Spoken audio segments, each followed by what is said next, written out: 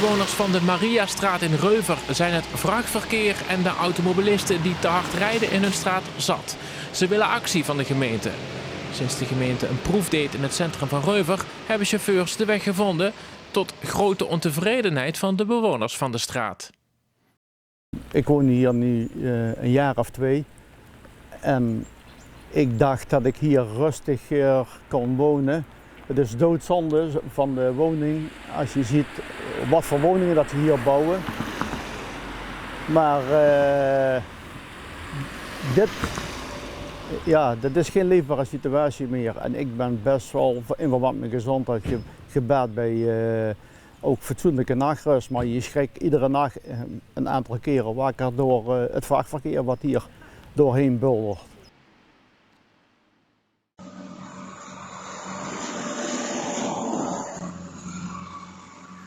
Bewoner Peter Leeuw kan er niet meer van slapen. Met camera's registreert hij wat er 's nachts gebeurt in zijn straat.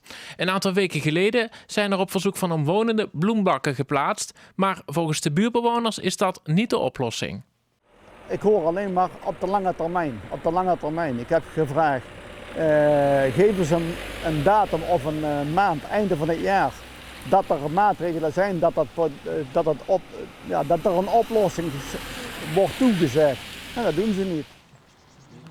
Wethouder Marcel Roelofs erkent dat er problemen zijn en zoekt naar een oplossing. Op het moment dat wij het centrumplan in Reuver hadden omgezet, zeg maar, in een andere verkeerssituatie, betekende dat het verkeersstroom die daar toen niet meer mochten rijden, zich eigenlijk over deze straat gingen rijden. Dat verbaasde mij, want enige tijd geleden, toen ik bij wijze van spreken als wethouder hier kwam, was op deze straat niets ingericht.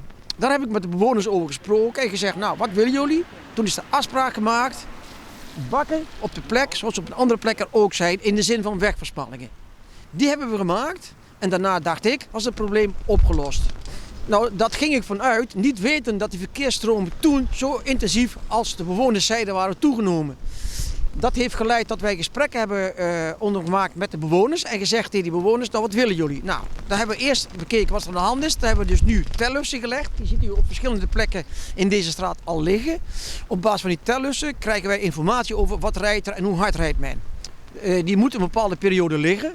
En het is zo dat aan het eind van de week hebben we alle gegevens daarvoor hebben we.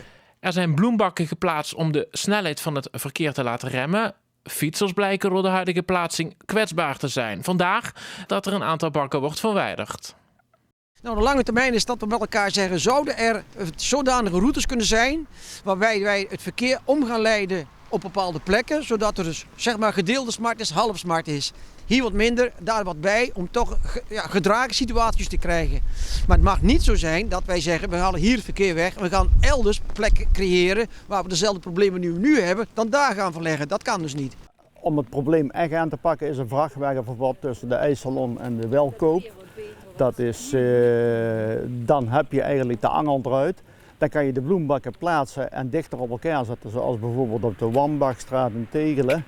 En voorbeelden die ik ze van andere gemeentes heb gegeven, die kunnen dan een dwingende functie krijgen. Maar begrijp wel, we zitten hier in de industrieterreinen. We hebben hier 3 industrieterreinen in een gebied liggen wat historisch zo gegroeid is.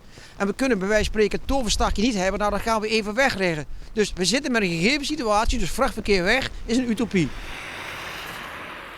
Actie en dan in ieder geval dat we zegt dan wanneer dat het opgelost moet zijn. Dan kunnen we daar naartoe leven als buurt zijnde en dan kunnen we ook, hoe vervelend het ook is, ermee leven dat het nog een x aantal maanden doorgaat. Maar dan heb je wel een streefdatum waar je naartoe kan leven, dat het licht in het eind van de tunnel in zicht is en dat is nu pikken donker.